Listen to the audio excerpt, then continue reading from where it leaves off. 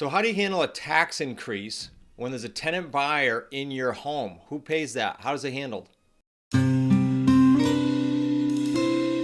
Hey, welcome to another Q&A Thursday. I want to address simple but important issue here. When you have a tenant buyer in one of your properties, it doesn't matter who owns it, and a tax increase happens on that property, the tenant buyer is still responsible for that increase. Now, language-wise, and for the ability to collect if there ever was a default, in the small chance that we have those defaults, 2 to 5% of the time, language-wise, just like your buyer LOI you do, if you're one of our students, one of our associates, you explain to them that they're responsible for taxes, but it's built into their lease, because you won't go collect tax money separate from lease from a tenant buyer, ever, if there's a default, okay? So I'm not an attorney, but that's how we handle it, and that's our understanding of it. Now, so here's how it happens. Very simple in our office.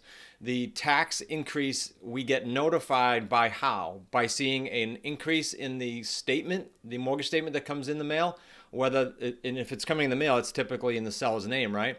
But you've got to see those tax statements, the escrow statements, and if there's a bump up, you know it went up. A lot of times it's escrowed insurance and taxes, so you just have to find out the exact tax increase.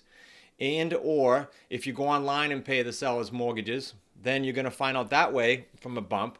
Either way, internally have that system set up, and either way, we fire off a letter to the tenant buyer. Now, in our case, they're always incremental. That's been our experience after hundreds and hundreds of these.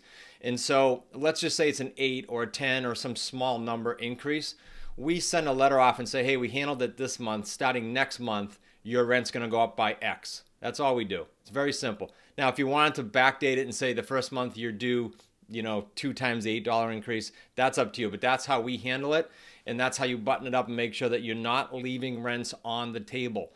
Now, what sparked this was not only one of our coaches asking me, but also in our own internal office. Someone was hit by COVID.